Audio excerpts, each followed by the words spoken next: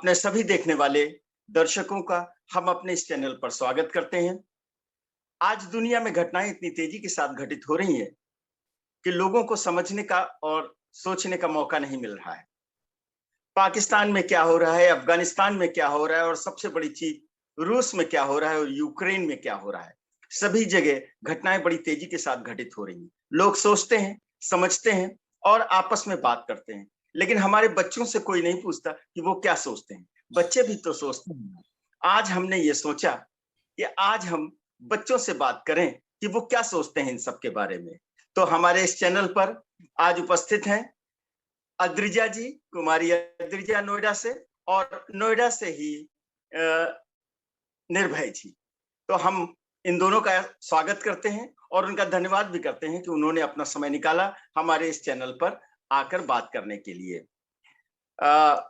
अद्रिजा जी नमस्कार। नमस्कार।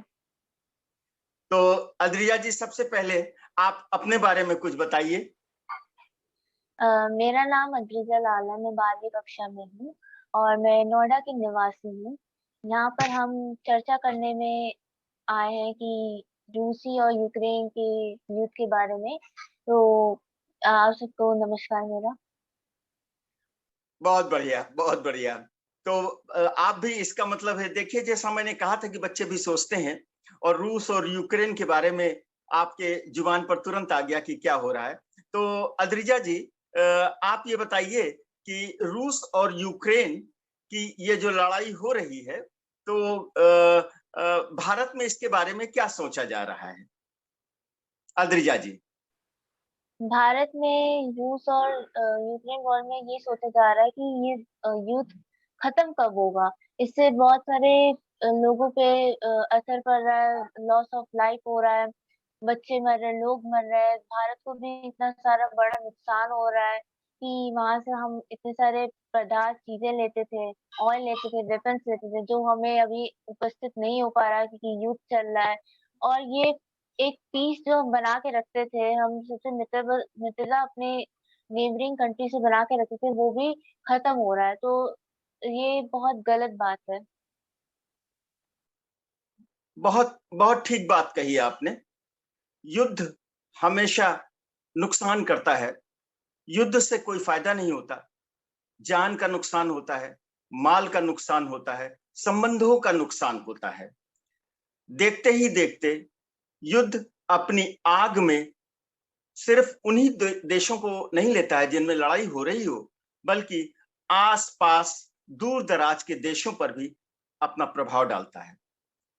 तो अब हम निर्भय जी से बात करते हैं। तो निर्भय जी नमस्कार। जी नमस्कार। तो निर्भय जी, बात शुरू करने के पहले मैं चाहूंगा कि आप अपने बारे में बताइए थोड़ा सा। मैं भी नोएडा का निवासी ही हूँ और मैं आज की यूथ की जो नौजवान पीढ़ी है उसको रिप्रेजेंट करके अपनी राय प्रस्तुत करूंगा इसी मुद्दे पर। जी बहुत बढ़िया, बहुत बढ़िया। तो निर्भय जी, आप सबसे पहले ये बताइए कि आखिर ये रूस और यूक्रेन के बीच में इतना बड़ा युद्ध हो क्यों रहा है, निर्भय जी? सबसे पहले तो मेन इशू ये था कि यूक्रेन को नेटो का हिस्सा बनने के लिए यूएस और बाकी नेटो मेंबर्स ने आग्रह किया था, लेकिन ये बात रशिया को रास नहीं आई। रशिया नहीं चाहता कि उसके नेबर में, उसकी जो नेबरिंग कंट्री यूक्रेन उसका हिस्सा रहा है सोवियत यूनियन के हिसाब से भी, और अगर देखा जाए डेमोग्राफिकली वहां पे भी जो लोग रहते हैं वो रशिया के से मिलते जुलते लोग हैं, उनका एक इतिहास रहा है। तो रशिया को जाहिर सी बात है ये अच्छा नहीं लगा कि वो एक नेटो का हिस्सा बनने जा रहा है जहां पे उसके रशिया के खिलाफ ही एक उसके खिलाफ न्यूक्लियर वेपन रखे जाएंगे, शिप्स रखे जाएंगे, रॉकेट्स रखे जाएंगे। और जब बगल में ही अगर कोई ऐसे ही मतलब असाधारण चीजें हो तो जाहिर सी बात है किसी को भी अगर राष्ट्र के हिसाब से देखा जाए तो किसी को भी अच्छा नहीं लगेगा। तो युद्ध का कारण, ये असली मुद्दा तो यही है कि यूक्रेन का नेटो में जाना। हाँ देखिए, आपने तो अच्छी तरीके से विस्तृत रूप से इसकी चर्चा कर दी। और तो यहाँ पर यह जानना भी बहुत जरूरी है कि ये नाटो है क्या, ये नाटो है क्या, और इससे रूस को इतनी चिढ़ क्यों है। तो मैं आप दोनों को और अपने सभी दर्शकों को थोड़ा सा बता देना चाहता हूं कि नाटो एक संगठन है। अमेरिका की अगुवाई में 23 यूरोपीय देशों के साथ ये संगठन बनाया गया है और इस संगठन का एक ही मोटो है, एक ही उद्देश्य है कि अगर इन देशों में से किसी भी एक देश पर कोई तीसरा देश आक्रमण करता है तो यह माना जाएगा कि यह आक्रमण इन सारे देशों के ऊपर किया गया है और ये सारे देश मिलजुल कर उस देश का मुकाबला करेंगे, उस देश से लड़ेंगे। कहने का मतलब यह है कि इन सारे नाटो सदस्य देशों की सुरक्षा की जिम्मेदारी सब पर है और सब मिलजुल कर अपने सारे हथियार, अपने सारे सैनिक, गोला बारूद का प्रयोग करते हुए युद्ध करेंगे और उस देश को बचाएंगे। दुनिया में दो पावर सेंटर हैं, अमेरिका और रूस। अमेरिका का नाटो संगठन है तो यकीनन उसमें रूस नहीं है, तो रूस को असुविधा नहीं है बल्कि रूस को असुरक्षा है। अगर यूक्रेन नाटो का सदस्य बन गया तो नाटो सदस्य देशों के गोला बारूद हथियार, देखिए ध्यान दीजिएगा, न्यूक्लियर हथियार भी रूस के मुहाने पर पहुंच जाएंगे, जिसकी वजह से नाटो देश और उसमें भी खास करके अमेरिका रूस के ऊपर अनुचित रूप से प्रभाव डाल सकता है और उसको धमका भी सकता है। तो रूस आखिर कैसे इस बात को बर्दाश्त कर सकता है कि उसके बॉर्डर्स पे दुश्मन देशों के गोला बारूद हथियार सैनिक आ जाएं और कभी भी वो उसके ऊपर खतरा पैदा कर दें। इसलिए रूस ने यूक्रेन से यह कहा कि आप जो है नाटो के मेंबर नहीं बनेंगे। तो युद्ध तो शुरू हो गया। तो अद्रिजा जी, अब मैं आपसे ये पूछना चाहता हूं कि रूस और भारत और रूस और यूक्रेन के भारत के साथ संबंध कैसे हैं और पूर्व में क्या इन देशों के साथ भारत की मित्रता रही है या शत्रुता रही है? अद्रिजा जी। मैं कहना चाहूंगी कि रूस जो है वो भारत का बहुत पुराना मित्र रहा है। स्वतंत्रता से पहले भी रूस ने हमारा बहुत सहायता की है। जब इंडिया भारत इतना डेवलप नहीं था, मतलब डेवलपिंग था और अंग्रेजों हमें छोड़ के चले गए थे, तब इंडिया के पास इतना पैसा नहीं था कि हम बाकी अपने पावरफुल कंट्री के साथ लड़ सके। तो रूस ने हमें वेपन्स देके, हमें आर्म्स देके इतनी सहायता की है कि हम इतने डेवलप बन चुके हैं। वो हमारी बहुत सहायता करता आ रहा है और युद्ध में हमारी बहुत सहायता की है। अ, अमेरिका से भी ज्यादा रूस ने हमारी सहायता की है। और इधर बात रही यूक्रेन की, यूक्रेन कभी भी जब जम्मू और कश्मीर का मुद्दा होता है तब यूक्रेन हमेशा पाकिस्तान का साथ देता है, भारत का साथ नहीं देता। और जब भी कोई भी बात आई है या भारत के ऊपर कोई भी युद्ध समस्या आया है तो यूक्रेन ने कभी भी हमारा साथ नहीं दिया है। तो हमारी उनके साथ उतनी मित्रता नहीं रही है। जब हालांकि रूस ने हमारा हमेशा साथ दिया, तो रूस के साथ हमारी मित्रता रही है और अभी भी रहेगी। तो दोनों देश आपस में नेबरिंग कंट्री है, तो दोनों देश में मित्रता तो होनी चाहिए। पर हाँ, हमारे साथ मित्रता यूक्रेन के साथ कम है और रूस के साथ ज्यादा है। बहुत सही, बहुत सही। आपने जो बात कही उससे खुल करके एक बात ये आती है कि भाई रूस से तो हमारी मित्रता बहुत पुरानी है और बहुत अच्छी तरीके से। जरा सा यूक्रेन क्या है, बहुत से लोगों ने तो यूक्रेन का पहले नाम भी नहीं सुना था।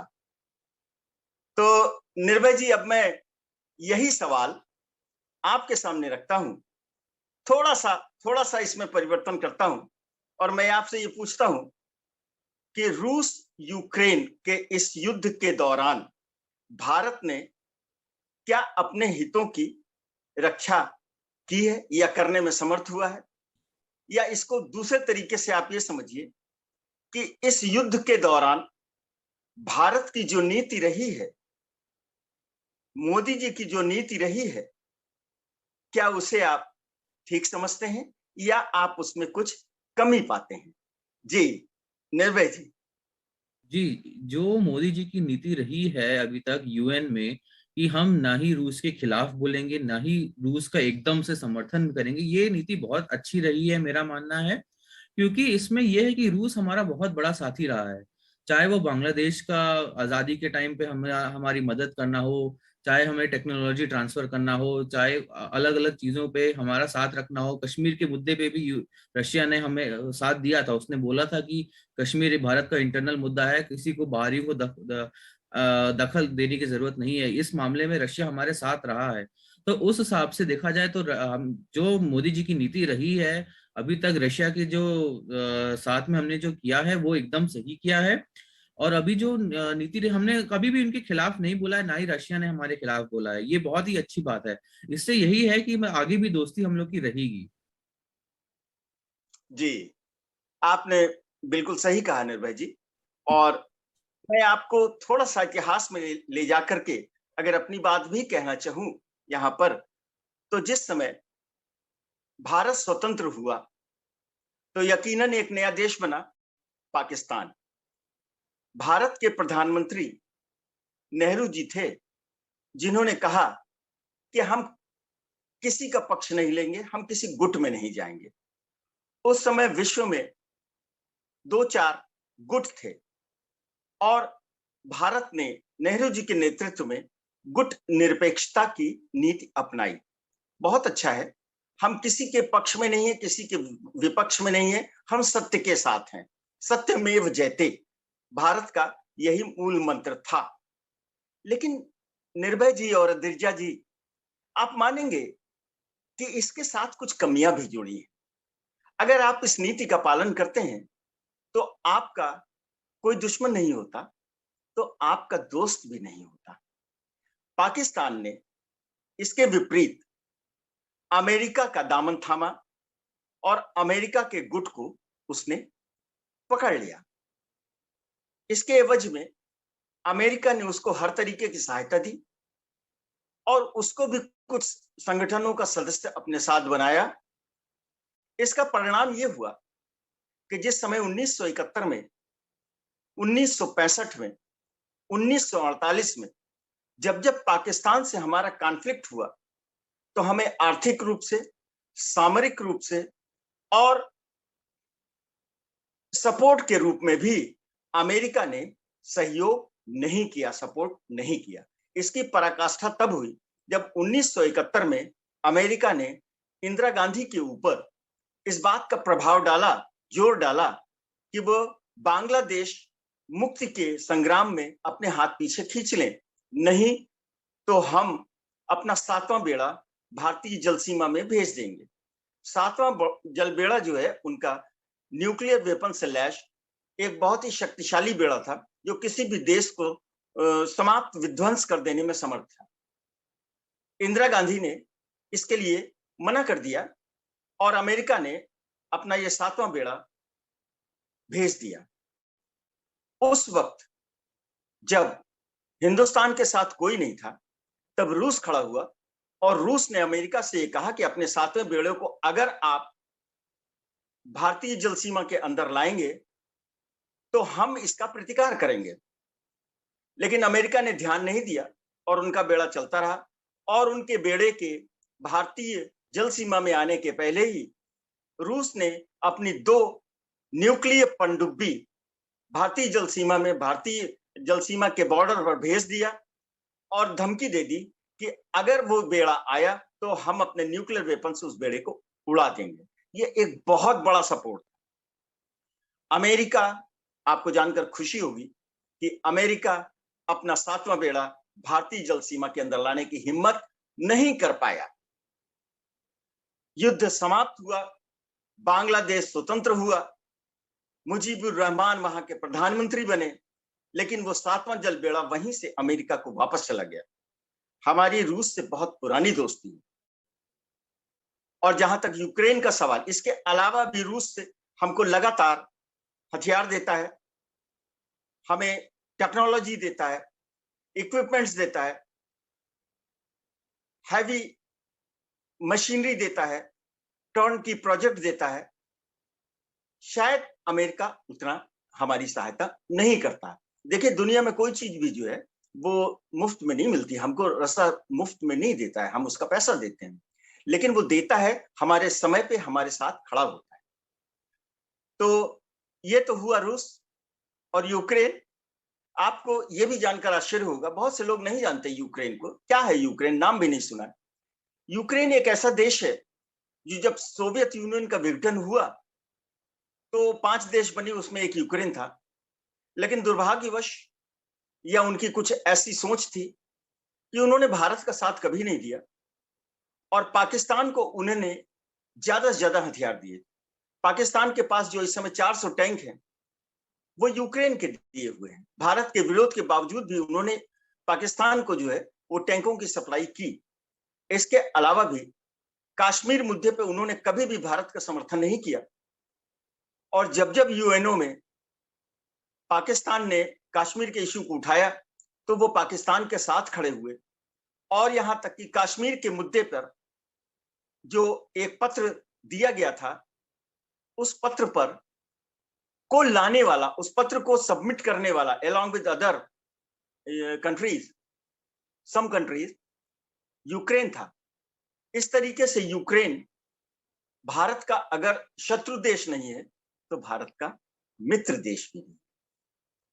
तो अब हम लोग फिर एक बार अद्रिजा जी के पास चलते हैं और उनसे ये पूछते हैं कि आप क्या सोचती हैं, क्या ये रूस और यूक्रेन के युद्ध से भारत का भी कोई नुकसान हो सकता है या कोई फायदा हो सकता है? कहने का मतलब मेरा ये है कि क्या इस युद्ध से भारत के ऊपर क्या प्रभाव पड़ेगा? आप क्या सोचती हैं अद्रिजा जी? भारत के ऊपर रूस और यूक्रेन का प्रभाव बेहद पड़ेगा कि हम उनसे वेपन्स खरीदते हैं, ऑयल लेते हैं, फर्टिलाइजर लेते हैं, इतनी सारी पदार्थें हम रूस से लेते हैं। तो जब युद्ध चलेगा तो वो सारी चीजें का आना होना बड़ा मुश्किल होगा। हम वहां से ट्रेड करने में बड़ी दिक्कत होगी क्योंकि वॉर चलेगा, युद्ध चलेगा, 1 हफ्ते से चल रहा है, 26 दिन तक हो गया, अभी तक खत्म नहीं हुआ। तो जब तक युद्ध चलेगा तो ये चीजें का एक्सचेंज होना, ट्रेड होने में दिक्कत होगा और रूस के साथ रिलेशन का बिगड़ना भी हो सकता है क्योंकि इंडिया तो साथ नहीं दे रहा उनका, ना साथ दे रहा ना समर्थन। तो भी इंडिया के ऊपर प्रभाव पड़ सकता है इस युद्ध का। आपने बिल्कुल ठीक कहा और मैं ये सवाल अगर निर्भय जी के पास लेके जाऊं कि आपके विचार से रूस यूक्रेन के इस युद्ध का भारत पर परोक्ष या अपरोक्ष रूप से क्या प्रभाव पड़ेगा? आप क्या सोचते हैं निर्भय जी? जहां तक मेरा मानना है कि महंगाई तो होगी, क्योंकि जाहिर सी बात है कि पूरे अंतर्राष्ट्रीय मार्केट में तेल के दाम बढ़ेंगे इससे, और इससे महंगाई होगी। तो भारत की इकोनॉमी पे यह है कि उसकी तेल के दाम बढ़ेंगे और महंगाई बढ़ेगी, इन्फ्लेशन रेट बढ़ेगा। और जहां तक रिपरकशंस की बात है, तो अभी तक तो चाहे हमारा कोई नेटो से डायरेक्ट सामना नहीं है, तो हम नेटो के नहीं मेंबर है, तो नेटो से तो हमें कोई इतना कोई खास खतरा नहीं है। और जहां तक रशिया और यूक्रेन का है, तो रशिया से भी हम ऑयल ले रहे हैं और इस बार रशिया ने हमें डिस्काउंटेड प्राइस पे ऑयल देना का एक कॉन्ट्रैक्ट कर भी लिया है और इंडिया ने उसे एक्सेप्ट भी किया है। तो इस हिसाब से देखा जाए तो हम लोग के पास ऑयल की सप्लाई तो रहेगी, और ज्यादा से ज्यादा जो इंटरनेशनल इफेक्ट पड़ेगा इस पे, तो वो महंगाई पे ही पड़ेगा। इससे ज्यादा तो मुझे नहीं लगता कि कुछ इफेक्ट पड़ पाएगा इंडिया पे। हाँ, ये बात आपने सही की। आपकी इस बात से मैं भी सहमत हूँ और नीतिकर्ता भी सहमत हैं और सोचने विचारने वाले विचारक भी समर्थक हैं कि सीधे सीधे भारत के ऊपर शायद इतना प्रभाव ना पड़े, लेकिन ये इतने बड़े देश हैं, रूस तो बड़ा है ही है कम से कम, कि अगर वो युद्ध में लिप्त हो जाता है तो बहुत सी चीजों पर प्रभाव पड़ेगा। और चूंकि रूस भारत का एक बहुत बड़ा आपूर्तिकर्ता है, सप्लायर है, तो इसलिए उन सप्लाईज में भी फर्क आएगा। लेकिन रूस भी भारत का सहयोग कर रहा है और जैसा आपने कहा भी कि 25% डिस्काउंट पर क्रूड ऑयल देने के लिए उसने जो है वो सहमत हो गया है। यकीनन यह बात जो है अमेरिका या और दूसरे उनके अलाइड देशों को अच्छी नहीं लगी है, लेकिन आज भारत की स्थिति यह है कि भारत का भी सीधे सीधे विरोध करना किसी भी बड़े से बड़े देश के लिए संभव नहीं है। डायरेक्ट प्रभाव भारत के ऊपर नहीं पड़ेगा, लेकिन इनडायरेक्ट प्रभाव बहुत बड़े तरीके से पड़ सकता है। अच्छा, निर्भय जी, मैं आपसे ही पुनः ये पूछना चाहूंगा कि इस युद्ध के प्रभाव जो पड़ रहे हैं, ये परोक्ष रूप से प्रभाव जो है उनको भी देखना चाहिए। सीधे सीधे प्रभाव क्या पड़ रहे हैं ये तो आप देख ही रहे हैं, लेकिन क्या इस युद्ध से चीन, आप देखिए चीन ने सहायता की है, सहायता नहीं कहना चाहिए, समर्थन किया है रूस का स्टेटमेंट्स में, लेकिन जहां पर यूएनओ में वोटिंग की नौबत आ गई, निंदा प्रस्ताव की नौबत आ गई, वहां वह भी असंलिप्त रहा है, उसने भी वोटिंग में हिस्सा नहीं लिया। लेकिन दोनों कम्युनिस्ट देश हैं, इस समय चाहे यूएसएसआर कम्युनिस्ट देश स्पष्ट रूप से नहीं हो, लेकिन यूएसएसआर जो है वो कम्युनिस्ट देश था,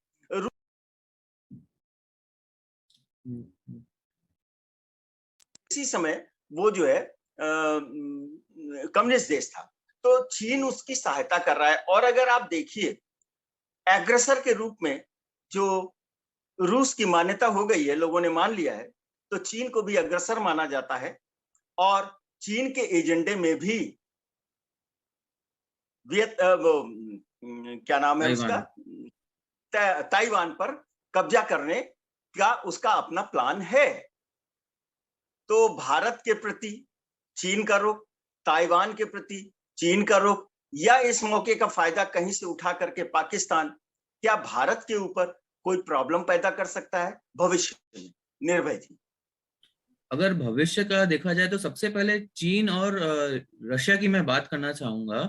जहां तक चाइना और रशिया का है, तो अगर अभी विंटर ओलंपिक्स खत्म हुए थे, तो जहां तक मेरा मानना था कि ये जो युद्ध होना था यूक्रेन और रशिया में, थोड़ा कुछ उससे पहले ही हो जाना था। लेकिन रशिया ने अभी तक अपने आप को संभाल के रखा था। जैसे ही विंटर ओलंपिक्स खत्म हुए हैं, उसके ठीक अगले दिन ही, अच्छा विंटर ओलंपिक्स चाइना में हो रहे थे, जैसे ही विंटर ओलंपिक्स खत्म हुए हैं उसके ठीक अगले दिन ही रशिया ने यूक्रेन पे हमला किया। तो ये बात तो थी कि जब तक विंटर ओलंपिक्स चाइना में है तब तक रूस उस पर हमला नहीं करना चाह रहा था, ताकि उन दोनों के रिश्ते ना खराब हों।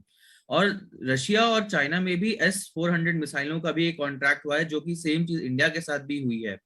तो चाइना ने भी S-400 मिसाइल लिए हैं, और चाइना ने भी रशिया को मिलिट्री इक्विपमेंट्स दिए हैं। तो चाइना और रशिया में भी काफी अच्छी दोस्ती है, ये तो हम कह सकते हैं। और उस हिसाब से अब देखा जाए तो जहां तक चाइना और ताइवान का बात है, चाइना भी ताइवान पे जाहिर सी बात है कब्जा तो करना चाह रहा है, लेकिन इसके चाइना पे बहुत बड़े मतलब सैंक्शंस हो सकते हैं, बहुत बड़े, चाइना पे बहुत बड़े रिपरकशंस होंगे, क्योंकि चाइना वर्ल्ड मैन्युफैक्चरिंग है। आज अगर हम चाइना को बॉयकॉट करते हैं, अगर पूरी दुनिया चाइना को बॉयकॉट कर देगी, तो जाहिर सी बात है उसकी मैन्युफैक्चरिंग बहुत खराब हो जाएगी, और वो इतना, उसकी इकोनॉमी इतनी अच्छी नहीं रहेगी। तब इंडिया को उससे फायदा ही होगा, वो तो अलग बात है। लेकिन चाइना, जहां तक मुझे लग रहा है कि चाइना ताइवान पे इतनी आसानी से हमला नहीं कर पाएगा, क्योंकि उसके लिए पूरी दुनिया ही कोविड के कारण भी चाइना से ही के खिलाफ ही है अभी भी। तो इस हिसाब से चाइना तो अभी नहीं कर पाएगा। और जहां तक पाकिस्तान के खिलाफ बात है, तो पाकिस्तान अगर इंडिया पे हमला करना चाहे तो मुझे नहीं लगता कि पाकिस्तान करेगा, क्योंकि पाकिस्तान की जो सैन्य शक्ति है वो भारत से कम ही है, और भारत के पास आधुनिक हथियार भी है। अभी रिसेंट में ब्रह्मोस का टेस्टिंग जो गलती से शायद से फायरिंग हुई है, तो उससे पता चलता है कि पाकिस्तान की क्या अभी ताकत है इस चीजों में। बाकी पाकिस्तान की इतनी हालत भी नहीं है, उनकी इकोनॉमी भी इतनी नहीं है कि वो युद्ध को झेल सके। जहां तक अभी तक ये सामने है, उनके प्राइम मिनिस्टर ने यही कहा है कि अगर वो भारत पे हमला करेंगे तो 3 से 4 दिन ही वो युद्ध कर पाएंगे भारत के खिलाफ, उससे ज्यादा तो वो सहन भी नहीं कर पाएंगे। तो अभी लग नहीं रहा कि भारत पे कुछ आएगा असर। लेकिन जहां तक चाइना का है, तो चाइना तो अभी एक ऐसी शक्ति है जो काफी तेजी से आगे बढ़ रही है, और अगर वो मिस एडवेंचर जैसे कहते हैं, अगर वो कोई मिस एडवेंचर करता है तो हाँ, सब लोग उसका मुंह तोड़ जवाब तो दे देंगे। निर्भय जी, मैं आपसे सीधे सवाल पूछता हूं कि क्या चीन भारत पर आक्रमण कर सकता है, और क्या आक्रमण करके भारत पर कब्जा कर सकता है? आप क्या सोचते हैं निर्भय जी? देखिए, आक्रमण करने की बात है तो, लेकिन चीन का वो ऐसा क्या होगा, ऐसा कौन सा ऐसा मुद्दा होगा जिससे कि वो भारत पे आक्रमण करना चाहेगा? अगर देखा जाए तो वो अगर अरुणाचल प्रदेश ही है या फिर जम्मू का जो लद्दाख का जो रीजन है उसी के हिसाब से वो आक्रमण करने की कोशिश करेगा। लेकिन अभी तक जितने 1971 मतलब जो 1962 वॉर हुआ था इंडो चाइना, उसके बाद से तो चाइना ने कभी भी ना ही हमला किया है, ना ही कोई ये जताया है कि वो हम भारत पे हमला करना चाहेगा। जैसे कि उसने ताइवान पे अग्रेसिवनेस दिखाई है, जिस हिसाब से ताइवान पे दिखाई है उस हिसाब से इंडिया के हिसाब से तो नहीं दिखाई है। और इंडिया के पास भी अब मुंह तोड़ जवाब देने के लिए कुछ चीजें हैं, जैसे S-400 इंडिया के पास भी अब आ रहा है, तो हम लोग जवाब तो दे पाएंगे। वो अलग बात है कि इतनी सैन्य शक्ति शायद अभी हम में नहीं है कि हम चाइना का अगर मुकाबला कर सके। तो हमला तो मुझे नहीं लगता कि चाइना करेगा, लेकिन उसकी कोई वजह नहीं समझ में आ रही है कि क्यों करेगा ऐसा हमला। लेकिन अगर करता है तो हाँ, अभी हमें और सैन्य शक्ति चाहिए ताकि हम चाइना का डट के मुकाबला कर सकें। मैं आपकी बात से पूर्ण रूप से सहमत हूं कि वर्तमान परिस्थितियों में इस चीज का कोई खतरा नहीं है कि चाइना या कोई भी देश भारत पर आक्रमण कर सके। चाइना का जहां तक सवाल है, चाइना एक व्यापारिक देश है। वह ज्यादा से ज्यादा व्यापार करना चाहता है और जब भी युद्ध होता है तब व्यापार नष्ट हो जाता है। अभी जब चाइना के साथ थोड़ा सा गलवान में जो है भारत का भारत की झड़प हुई, उस समय भी चाइना ने पूर्ण प्रयत्न ये किया कि भारत के साथ व्यापार संबंधों में कोई खटास ना आने पाए, वो टूटे नहीं, और इसके लिए उसने काफी कंसेशन भी दिया। तो एक चीज तो यह है कि वो एक व्यापारिक देश है, युद्ध में उलझना नहीं चाहता कहीं भी किसी से भी। और दूसरी चीज एक ये है, ठीक है चाइना एक बहुत बड़ा देश है, बहुत शक्तिशाली देश है, सामरिक रूप से भी बहुत शक्तिशाली है, लेकिन हम न्यूक्लियर पावर है, हमारे पास न्यूक्लियर बॉम्ब है। इस बात को यहीं पर रोकते हुए मैं आपको फिर यूक्रेन पर ले जाना चाहता हूं कि आपको याद होगा जिस समय 5 देश बने यूएसएसआर को तोड़ करके, उस समय यूक्रेन के कब्जे में जो क्षेत्र आया, उस क्षेत्र में न्यूक्लियर वेपन की फैक्ट्रीज थी, जहां पर न्यूक्लियर वेपन तैयार होते हैं। आज भी है, चेर्नोबिल का बहुत बड़ा प्लांट है।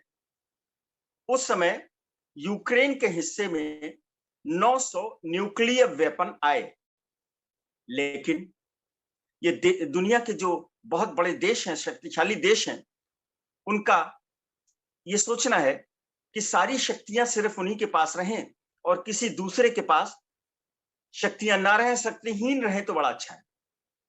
उन सब ने मिलकर, including Russia, America, France, Germany, सभी ने यूक्रेन से कहा कि तुम न्यूक्लियर हथियारों के उसमें निःशस्त्रीकरण करो, मतलब अपने न्यूक्लियर हथियार खत्म कर दो, हम तुम्हारी रक्षा करेंगे, आवश्यकता पड़ने पर सहयोग करेंगे।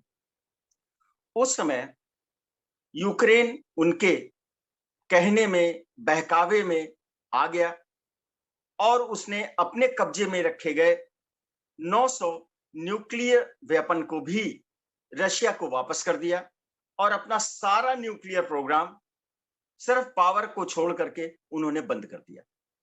अगर आप क्या सोचते हैं कि अगर आज जो है यूक्रेन के पास न्यूक्लियर वेपन होता तो क्या रशिया यह हिम्मत कर सकता था कि वह यूक्रेन पर आक्रमण करे?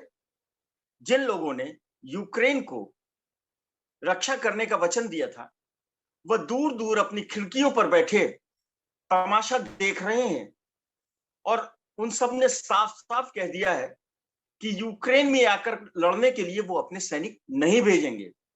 वो रूस पर बैन लगाएंगे, रिस्ट्रिक्शंस लगाएंगे, सहायता भी करेंगे यूक्रेन की, हथियारों की सहायता, धन की सहायता, लेकिन वो खुल करके युद्ध में उसकी सहायता करने नहीं आए। अद्रिजा जी, हम लोग रूस यूक्रेन पे हमने काफी चर्चा की। अब मैं आपसे ये पूछना चाहूंगा, आप अपने को अनम्यूट कर लें। मैं आपसे ये पूछना चाहूंगा कि क्या आप फिल्में वगैरह देखती हैं? हाँ हाँ, देखते हैं, फिल्में तो देखती हैं। आपको अच्छा लगता है फिल्में देखना? हाँ, अच्छा लगता है। आ, आपने इधर कौन सी फिल्म देखी? इधर ज्यादा मूवी तो नहीं देखी, मतलब इधर मैंने जैसे कि अभी लास्ट ईयर देखी थी उरी द सर्जिकल स्ट्राइक देखी है। Good good good. अच्छा, हॉल में आपने सबसे आखिरी बार कब फिल्म देखी? हॉल में आखिरी बार आई थिंक 2019 में। अच्छा अच्छा अच्छा। तो ये बताइए, आपने कश्मीर फाइल्स का नाम सुना इस फिल्म का? हाँ, कश्मीर फाइल्स का नाम सुना है पर देखी नहीं है मूवी। अच्छा अच्छा, ठीक है। तो मोबाइल पे तो लिंक बहुत लोग भेज रहे हैं, तो मेरा ख्याल है कि आप लोग चाहते हैं कि आप हॉल में ही जा करके देखें, क्या ये बात सही है? हाँ। अच्छा, तो अदरिया जी, अब मैं आपसे एक सवाल पूछूंगा कि ये कश्मीर क्या है? भाई, हम लोग जैसे मान लीजिए हम उत्तर प्रदेश में रहते हैं, तो दिल्ली एक स्टेट है, बिहार एक स्टेट है, कश्मीर ही भी एक स्टेट है उसी तरीके से। तो ये कश्मीर का मुद्दा क्या है, इस बारे में आप क्या सोचती हैं? क्या बताएंगे हम सबको, अद्रिजा जी? कश्मीर का मुद्दा ये है कि पहले कश्मीर इंडिया का पार्ट नहीं था। वो एज अ इंडिपेंडेंट नेशन मानता था। वो इंडिया के अंदर नहीं था। तो जब वो आर्टिकल रुकिए रुकिए रुकिए रुकिए रुकिए। देखिए, हम सोशल मीडिया पर हैं, और हम जो है सभी लोगों की निगाहों में हैं। दुनिया आपकी बात सुन रही है, इसलिए मेरे को यहाँ पे बोलना बहुत जरूरी हो गया। 1947 में भारत आजाद हुआ, पाकिस्तान आजाद हुआ। उस समय सारे स्टेट्स को एक ये मौका दिया गया कि वो चाहे तो भारत में रहें, चाहे तो पाकिस्तान में रहें, और चाहे तो स्वतंत्र रहें। ये उनको एक ऑप्शन दिया गया। तो कश्मीर के महाराजा हरि सिंह ने पहले ये तय किया कि वो एक स्वतंत्र देश रहेंगे, लेकिन इसका फायदा उठा करके पाकिस्तान ने धोखेबाजी की, पीठ में छुरा मारा और आक्रमण कर दिया कश्मीर पे। कश्मीर इतना समर्थ नहीं था कि वो पाकिस्तान से अपनी सुरक्षा कर सकता।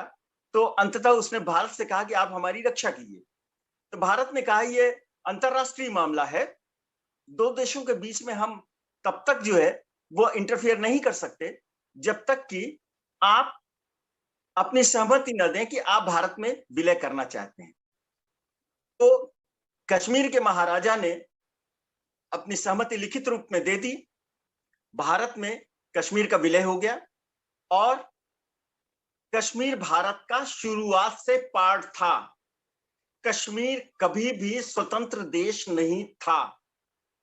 1947 जिस समय हिंदुस्तान को आजादी मिली, जिस समय पाकिस्तान को आजादी मिली, बहुत थोड़े समय के लिए वह भी डिक्लेयर नहीं किया गया था।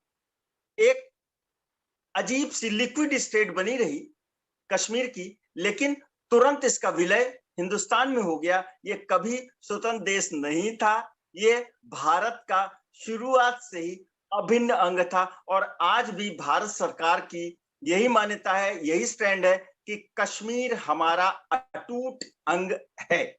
चलिए, ये तो हुई राजनीति की बात और इतिहास की बात। आप ये बताइए, कश्मीर में जो ये इतना लड़ाई झगड़ा क्यों होता है? आपको क्या लगता है क्यों होता है लड़ाई झगड़ा? वहां आतंकवादी इतने क्यों होते हैं? वो क्या चाहते हैं और उनको कौन सहायता करता है, अद्रिजा जी? क्योंकि पाकिस्तान बोलता है कि कश्मीर में मुस्लिम पॉपुलेशन ज्यादा है, तो वो चाहता है, वो बोलता है कि कि कश्मीर हमारा है। पर कश्मीर के राजा ने कहा था कि वो इंडिया के साथ जाएगा, तो इंडिया बोलता है ये देश, ये पार्ट हमारा है। तो इसलिए पाकिस्तान हमेशा कश्मीर के लिए लड़ता है कि ये हिस्सा हमारा है, पर इंडिया बोलता है नहीं, ये हिस्सा हमारा है। और पहले कश्मीर को स्पेशल स्टेटस दी गई थी, पर अब वो स्पेशल स्टेटस हटा दी गई है। तो वो पूरी तरीके से भारत का पार्ट बन गया। जी जी, अद्रिजा जी, आपने बिल्कुल सही कहा। ये बात सही है कि धारा 370 के पहले उसको जो है कश्मीर को एक स्पेशल स्टेटस मिला हुआ था, जो कि टेम्पररी था। जिस समय दिया गया था, धारा 370 में यह प्रावधान है कि यह एक अस्थायी सेक्शन है, और इसको जब भी चाहे भारत सरकार हटा सकती है अंडर सर्टेन कंडीशंस। कुछ उसके साथ शर्तें जुड़ी हुई थी। इस धारा 370 को हटाकर स्पेशल स्टेटस को जब हटा लिया गया कश्मीर से, तो कश्मीर भारत में पूर्ण रूप से उसका विलय हो गया। विलय तो पहले से ही था, लेकिन उसका स्पेशल स्टेटस जो है वो समाप्त हो गया। पाकिस्तान क्यों इस पर अपना कब्जा जमाना चाहता है? वो सिर्फ इस वजह से, जैसा आपने कहा भी और पाकिस्तान कहता है कि क्योंकि वो मुस्लिम बहुल इलाका है। लेकिन आप ये बताइए कि पाकिस्तान में कुल आबादी कितनी है? मैं आपको बताता हूं, 20 करोड़। 20 करोड़ मुसलमान पाकिस्तान में रहते हैं और हिंदुस्तान में रहने वाले मुसलमानों की संख्या क्या कितनी है? 23 करोड़। पाकिस्तान से ज्यादा मुसलमान हिंदुस्तान में रहते हैं, तो अगर मुसलमान जहां ज्यादा है वहां पर जो है वो पाकिस्तान बना दिया जाए, तो हिंदुस्तान को तो पूरा पाकिस्तान बनाना पड़ेगा आपको, क्योंकि पाकिस्तान से कहीं ज्यादा हिंदुस्तान में रहते हैं। आपको ये भी जान करके अजीब लगेगा कि हिंदुस्तान दुनिया में मुसलमानों की आबादी के मामले में दुनिया का दूसरा देश है। दूसरा देश है हिंदुस्तान, जहां पर मुसलमान इतनी बड़ी संख्या में रहते हैं। तो मैं निर्भय जी, इसी तरीके से मैं आपके पास आता हूं। अद्रिजा जी ने बहुत अच्छी बात कही कि कश्मीर पे पाकिस्तान अपनी आंखें गड़ाए हुए है, तो मैं कश्मीर से थोड़ा सा और आगे बढ़ जाता हूं, क्योंकि आप जानते हैं कि कश्मीर तो पाकिस्तान कभी ले नहीं सकता। पाकिस्तान में जो कुछ है उसी को अगर वो बचाए रखे तो उसकी बहुत बड़ी सफलता होगी। नहीं तो वो दिन दूर नहीं है कि अभी तो बांग्लादेश टूटकर अलग हुआ है, कल को सिंधु देश अलग हो जाएगा, कल को पख्तूनिस्तान अलग हो जाएगा, कल को मुहाजिर सूबा अलग हो जाएगा और कल को आजाद कश्मीर अलग हो जाएगा। कितने टुकड़े हो जाएंगे उसका ठिकाना नहीं है। लेकिन चलिए, हमारा वो कंसर्न नहीं है, वो उनके देश का आंतरिक मामला है और अपने देश की नीति के मुताबिक हम किसी देश के आंतरिक मामले में हस्तक्षेप नहीं करते। मैं आपसे थोड़ा सा आगे बढ़कर के ये जानना चाहूंगा कि अमेरिका अफगानिस्तान से वापस चला गया। आप थोड़ा सा विस्तार से बताएं कि अफगानिस्तान में अमेरिका आया क्यों, और फिर उसके बाद अमेरिका ने अफगानिस्तान में किस चीज की लड़ाई लड़ी, और क्या अमेरिका अफगानिस्तान से हार कर वापस चला गया? थोड़ा लंबा सवाल मैंने आपसे कर दिया है, क्योंकि एक सवाल में 3 सवाल कर दिए हैं, तो आप अपने हिसाब से इसका जवाब दीजिए। हम लोगों को बहुत खुशी होगी आपके इस जवाब को सुनकर के, और स्थिति भी जरा स्पष्ट होगी। जी निर्भय जी। देखिए, अफगानिस्तान और ये आज के प्रेजेंट सिनेरियो से काफी रिलेटेड हो सकता है, क्योंकि रशिया और अफगानिस्तान की बॉर्डर आपस में जुड़े हैं। तो रशिया जब वो सोवियत यूनियन था तब अफगानिस्तान में डायरेक्टली आया था अपनी ट्रेड के लिए, अपनी चीजों के लिए, और वो कब्जा जमाना चाहता था अफगानिस्तान पे। इसी चीज को देखते हुए यूएस ने एक मिलिटेंसी जैसे तैयार की ताकि सोवियत यूनियन को हटाया जा सके, जो कि तालिबान है। तो अब तालिबान ने जो यूएस ने जब तालिबान बनाया तो वो पाकिस्तानी सोल्जर्स की मदद से लेकर बनाया था, और इन्हीं तालिबान सोल्जर्स के ने वहां से सोवियत यूनियन की जो सोल्जर्स थे उनको वहां से खदेड़ने में मदद की थी। ये बहुत पुरानी बात है। जब सोवियत यूनियन टूटा तो वहां से फिर रशिया के जो आज के रशिया के सोल्जर्स हैं वो वहां से चले गए, तो तब तालिबान की सरकार थी। अब जब तालिबान की सरकार आ गई तो अब वहां से फिर यूएस की जो सोल्जर्स थे वो भी चले गए वापस। तो लेकिन बाद में जब रिश्ते खराब, बाद में एक जो ग्रुप आया जो कि मिडिल ईस्ट में एक ग्रुप था जो कि अलकायदा के नाम से था, वो काफी पॉपुलर हो गया था उस वक्त, और वो अमेरिका के खिलाफ था। तो वहां पे जब अमेरिका के खिलाफ था तो कुछ उनमें अनबन हुई थी, कुछ प्लेन का हाईजैक हुआ था प्लेन, और कुछ प्लेन को उड़ाया भी गया था अमेरिका के। तब जाके वहां पे जो कि उसामा बिन लादेन था, तब जाके वहां पे उसामा बिन लादेन नाम का एक आदमी जो था वहां पे जन्म वहां पे आया था, और उसने फिर जब पता चला कि ये है तो उसके हिसाब से फिर वो अफगानिस्तान में जाके बस गया। अब जब वो अफगानिस्तान में बस गया तब अमेरिका ने चाहा कि वो अब उसामा बिन लादेन को पकड़ना चाहता है, तब उसने तालिबानी सोल्जर्स की जो वहां पे गवर्नमेंट थी, तालिबान गवर्नमेंट, उसकी मदद से उसामा बिन लादेन को पकड़ना चाहा था, लेकिन तब तालिबान गवर्नमेंट ने मना कर दिया था। तब फिर उसामा बिन लादेन ने बदला लेते हुए ट्विन टावर्स को जो हम जानते हैं कि 9/11 जिसे कहते हैं, उसको उसकी प्लान बनाया और वो उसने वहां पे उसका रचा। तब अमेरिका ने और भी ज्यादा अग्रेसिव हुआ और उसने उसामा बिन लादेन को पकड़ के मार गिराने की कसम खा ली। तब जाके फिर अमेरिका वापस से अफगानिस्तान रीजन में आया और वहां पे ओसामा बिन लादेन को पकड़ना चाहा। अब वहां पे अलकायदा और तालिबान जो गवर्नमेंट थी वहां पे, क्योंकि तालिबान गवर्नमेंट ने अमेरिका की मदद नहीं की थी, तो अमेरिका ने वहां से तालिबान गवर्नमेंट को हटाया और वहां पे जो उनकी जो प्रेसिडेंट थे अभी घनी, उनको जाके बैठा दिया। अब जो अब यहाँ पे अलकायदा से जो लड़ाई चली है अमेरिका का सिर्फ एक ही मुद्दा था, ओसामा बिन लादेन को पकड़ना, अलकायदा को खत्म करना, एलिमिनेट करना, उसके बाद फिर अफगानिस्तान से चले जाना। तो इतने सालों में 12 से 15 साल से जो ये युद्ध चला, उन्होंने ओसामा बिन लादेन को फाइनली जाके पाकिस्तान में जाके पकड़ लिया और फिर उसको एलिमिनेट किया और फिर उसकी, ताकि कोई कब्र ना रहे, उसे समुद्र में ही कहीं डाल दिया। अब जाहिर सी बात है उनका जो मेन ऑब्जेक्टिव था वो पूरा हो गया। तो अब उन्हें वहां अफगानिस्तान से निकलना ही था, तो जाहिर सी बात है ओबामा के टाइम से ही चल रहा था कि वो अफगानिस्तान से निकलना चाहें। जैसे ही बाइडेन आते हैं तो उन्होंने ये चीज डायरेक्ट रूप से ऑर्डर दे दिया कि अब अफगानिस्तान में अमेरिकन सोल्जर्स की वहां पे कोई जरूरत नहीं है, तो और फिर वहां से वो निकल गए। अब जैसे वो निकले तो ये बात तो थी कि उन्होंने काफी सारा जो प्रेसिडेंट थे अफगानिस्तान के, उनको काफी पैसा दिया था, काफी उनके सोल्जर्स को ट्रेनिंग दी थी। ये कहा जा रहा था कि 4 लाख अफगानी सोल्जर्स हैं वहां पे कि वो अपनी सुरक्षा कर सकें। लेकिन जैसे ही अमेरिकन सोल्जर्स वहां से गए और नेटो के बाकी फोर्सेस भी वहां से चले गए, तो हमने देखा कि तालिबान की वापसी हो गई आज। तो ये कह सकते हैं कि अब जो अफगानिस्तान के जो प्रेसिडेंट थे गनी, वो काफी करप्ट थे। उन्होंने सारा पैसा अपने अमेरिका से ले लिया और उसके बाद जो 4 लाख सोल्जर्स थे वहां तो कोई था ही नहीं, सिर्फ शायद 4,000 या 5,000 से 40,000 की बात ये सामने आई है कि इतने ही थे। तो वो तालिबान सोल्जर्स के कुछ भी खिलाफ नहीं कर पाए। तो आज तालिबान का कब्जा वापस अफगानिस्तान में हो गया है। तो और जहां तक अमेरिका की बात है, तो वो अपने जो प्लान में, उसका जो प्लान था, मेन प्लान था उसामा को एलिमिनेट करना, जो उसने किया और फिर वो वहां से चले गए। तो अमेरिका की इसमें जीत हुई है। आपकी बात से काफी हद तक लोग सहमत हैं कि अमेरिका अफगानिस्तान में 2-3 एम लेकर के आया था। रूस के प्रभाव को कम करना या समाप्त करना, आतंकवाद को समाप्त करना और आतंकवाद के गढ़ सबसे बड़े अल-कायदा और ओसामा बिन लादेन की समाप्ति। आप देखेंगे कि ये तीनों चारों मुद्दों पर वो जो है सफल रहे। और जब ये काम हो गया तो बाइडेन साहब ने ये कहा भी कि हमको अफगानिस्तान पे कोई राज नहीं करना है, अफगानिस्तान पे राज अफगानिस्तानियों का ही होगा। अब हमारा कार्य वहां पूरा हो गया है और अब हम वहां से जाते हैं। और उन्होंने अफगानिस्तान छोड़ दिया। तो वो जीतने आए ही नहीं थे, तो उनकी हार का सवाल क्या है? वो एक काम के लिए आए थे, वो काम उन्होंने पूरा कर लिया। वो काम पूरा करके वो वापस चले गए, सीधी सी बात। चलिए, ये प्रकरण तो बहुत लंबा है और अगली बार जब कभी मौका मिलेगा तो हम लोग अफगानिस्तान, पाकिस्तान, अमेरिका और भारत, इन सबको लेकर के फिर एक बार चर्चा करेंगे। और अद्रिजा जी, आपका भी बहुत बहुत धन्यवाद।